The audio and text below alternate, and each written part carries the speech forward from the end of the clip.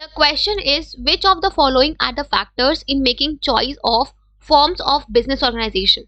तो क्वेश्चन में हमसे पूछ रहा है कि इन सारे फैक्टर्स में से ऐसा कौन सा फैक्टर्स है जो हमें कंसिडर करना चाहिए जब हम अपने फॉर्म ऑफ बिजनेस ऑर्गेनाइजेशन को चूज करते हैं। अब हमने सारे टाइप्स ऑफ बिजनेस ऑर्गेनाइजेशन के बारे में पढ़ा है कि सब में सबके अपने फीचर्स है, लिमिटेशंस है, राइट। तो जब भी हमें कोई फॉर्म ऑफ ऑर्गेनाइजेशन चूज करें, हमें अपने बिजनेस को किस फॉर्म में कैरी करना है, तो उसके लिए हम कुछ फैक्टर्स को कंसिडर करते हैं।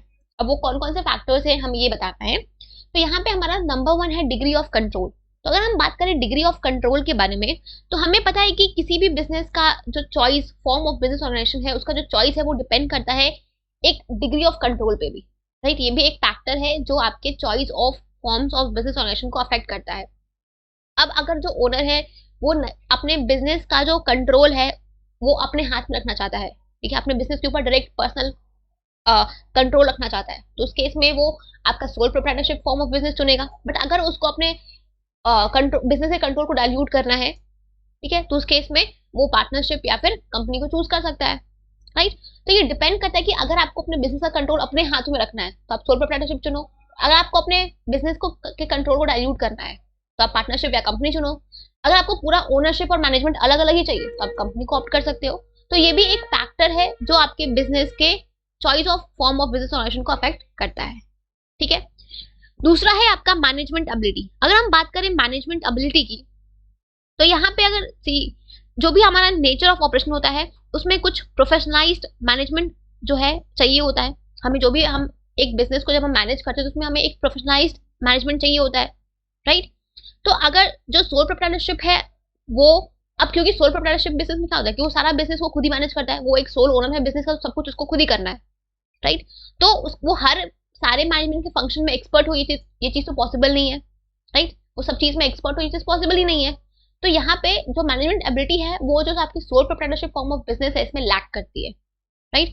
अगर हम बात करें पार्टनरशिप की या कॉपरेटिव्स की या आपकी कंपनी की, तो यहाँ पे आप वर्क को डिवाइड कर सकते हो, राइट। यहाँ पे क्योंकि मोर देन 1 पीपल होते हैं और सबका अपना अपना एरिया ऑफ एक्सपर्टीज है, तो आप उसके अकॉर्डिंग काम को बांट सकते हो, ठीक है। तो जो मेंबर्स होंगे वो अपने अपने स्पेसिफिक एरिया में स्पेशलाइज होंगे, ठीक है, तो डिसीजंस अच्छे लिए जाएंगे, राइट। बट हाँ, आपका कॉन्फ्लिक्ट ऑफ ओपिनियन भी हो सकता है, बट हाँ डिसीजंस अच्छे लिए, क्योंकि इसमें मोर देन 1 मेंबर्स है, ठीक है। तो यहाँ पे अगर हम बात करें इन शॉर्ट, अगर हम बात करें मैनेजमेंट एबिलिटी की, तो अगर मान लो कि आपके बिजनेस के ऑर्गेनाइजेशन में जो अभी ऑपरेशन है वो बहुत कॉम्प्लेक्स है, उनको प्रोफेशनली मैनेज करने की जरूरत है, तो आप पार्टनरशिप या कंपनी या कॉपरेटिव को ऑप्ट करो। बट अगर आपको जरूरत है कि नहीं, आप अपने बिजनेस में कोई ऑपरेशन जो है वो सिंपल है, ज्यादा कॉम्प्लिकेटेड नहीं है, तो आप सोल प्रोप्राइटरशिप को ऑप्ट करो, ठीक है। तो ये भी एक फैक्टर है जो आपके बिजनेस के चॉइस को अफेक्ट करता है, ठीक है।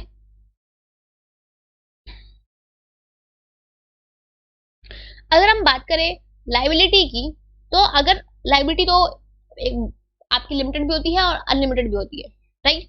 तो हर बिजनेस में ओनर की कुछ ना कुछ लाइबिलिटी तो बनती ही है, राइट।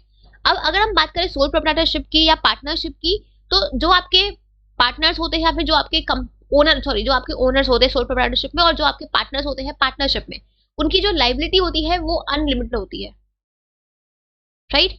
उनके मतलब कि उनके अगर कंपनी अगर उनके पार्टनरशिप फर्म का या फिर अगर उनके बिजनेस का जो डेट है वो ज्यादा होता है, तो उनके पर्सनल और वो बिजनेस के एसेट से पे ऑफ नहीं होता है, तो उनके पर्सनल एसेट्स भी लायबल होते हैं उस डेट को पे ऑफ करने के लिए, उस लॉस को कंपनसेट करने के लिए, राइट। तो अगर आपको अपने कंपनी में, अपने ऑर्गेनाइजेशन में लायबिलिटी अनलिमिटेड चाहिए, ठीक है, तो इन केस में आप सोल प्रोप्राइटरशिप और पार्टनरशिप प्रेफर कर सकते हो।